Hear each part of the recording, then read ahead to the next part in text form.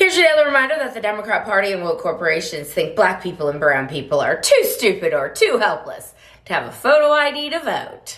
Hello once again, all my fellow patriots and you filthy leftist stalkers out there. Welcome back to my channel. My name is Angela Box. You're watching Angela's Soapbox, where I always say what you are thinking. If you're not subscribed to the channel, please consider hitting that subscribe button, liking or rumbling this video, commenting on this video, and of course, sharing this video, especially with your filthy leftist friends, because they truly hate my guts. And for me, that's a badge of honor. Oh, did I say Angela's Soapbox? I mean the Angela Box Show.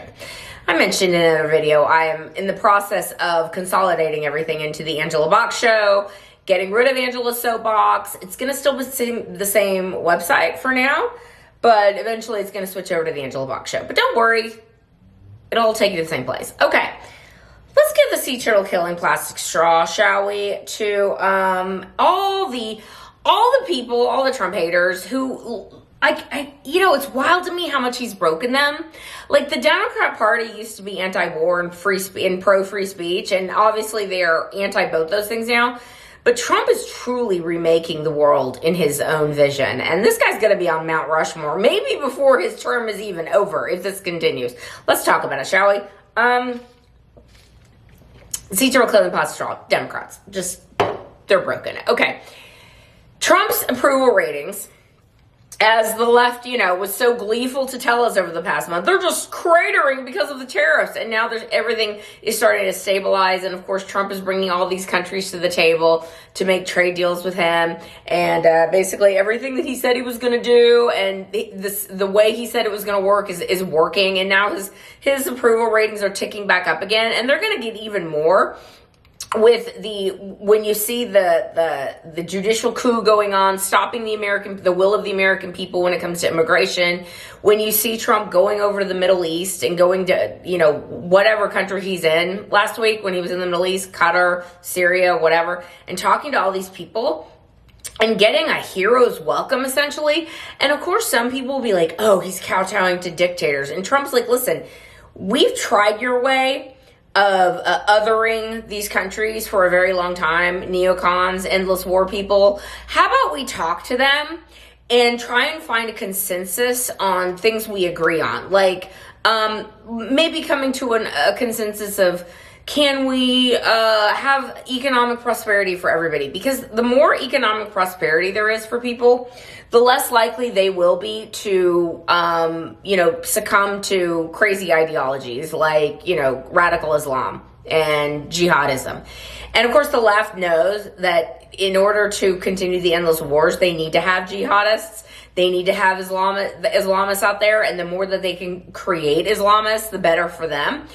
It's not lost on me that Barack Obama, the first black president, who once called ISIS the Al-Qaeda JV team, he was like, God, it's going to take decades to get rid of these people. I mean, they're just so entrenched in all these Islamic societies. Like, I don't know how we're going to get rid of them all. And Trump's like, we'll get rid of them in less than a year because we're going to destroy them, and that's it. And you're not going to be a jihadist anymore. Like, we're all done here.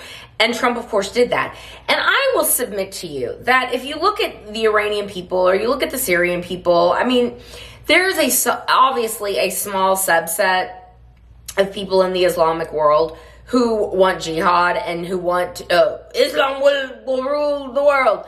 There are people that are doing that, and those people must be dealt with strongly. But for the most part, the people in those countries have been held hostage by these jihadists, have been held hostage by these Islamists for a very, very long time. And UAE, Saudi Arabia, and other Middle Eastern countries are starting to pull the blinders off and realize that they've all been held hostage by these people too. And in reality, people, that want to bomb everybody back into the 7th century Stone Age is are a very small number of people. Now, do we need to deal with every single cultural thing that's going on in the Middle East, like the women dress head to toe in beekeeper outfit? No, but I will say that a robust economic development in these countries where, people have the ability to buy, sell, and trade as they see fit is going to modernize those communities, those countries. And even I don't want to go out on a limb and say things that I don't know. But I do know that Trump trying to open the doors economically to these countries is a whole hell of a lot better than being in endless wars with them. Okay? It is remarkable the way Trump was received last week in the Middle East. They rolled out the purple carpet for him. And purple is universally understood to be a regal color, a royal color. They didn't do that for Joe Biden. Mohammed bin whoever, the Crown Prince of Saudi Arabia, didn't meet Joe Biden on the tarmac. They made Joe Biden come to him. They didn't take Joe Biden's calls at the drop of a hat. They do for Trump, don't they? Yes, they do.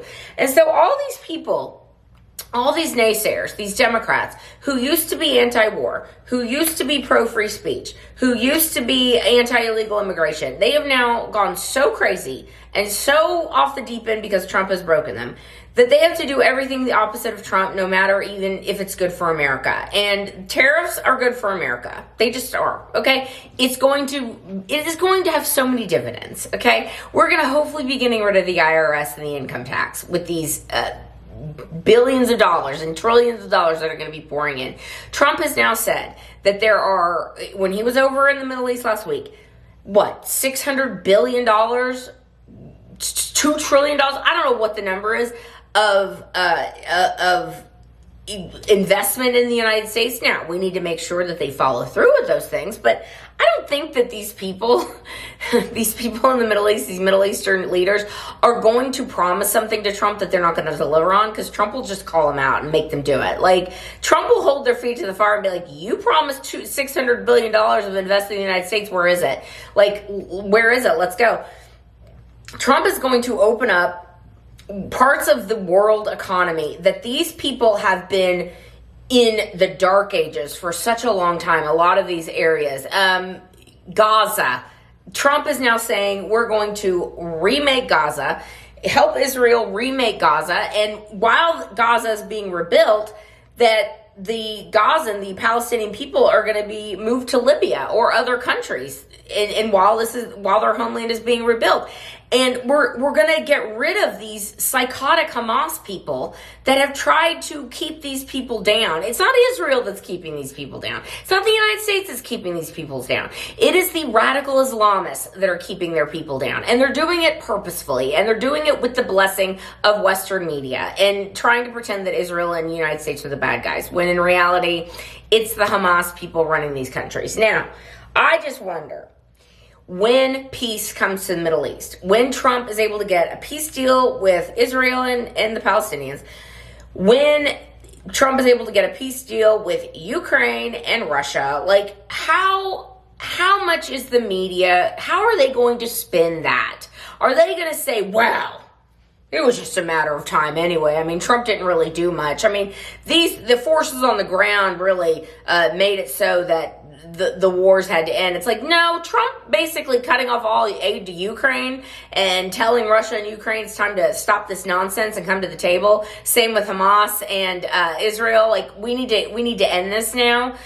That's what happened. This is a strong, bold leader that is making these things happen. And I am just watching in awe of all the things that Trump is able to do.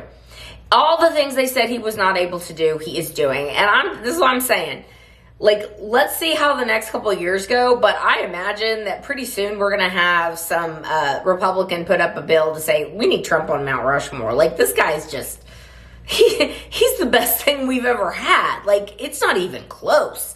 And it is such an amazing time to be alive. It's such an amazing time if you're on the side of good and you're on the side of right and you're on the side of ending the endless and all the evil things that we've been told for so many years couldn't be done. Trump's it's actually pretty simple. These things that I want to do are pretty simple, and the American people support it. So, woe to you. Look out if you're against the American people and what they want, because they will remember that come election time. And I don't think the Democrats and the rhinos are going to have a very, very good time of it the longer they continue to push, just reflexively push back just because Trump is doing it. You look stupid. You look like a child. So, keep it up, I guess. All right, that's where I'm gonna leave this video. Let me know what you think down below, and I will see you in the next one. I will be done. Bye.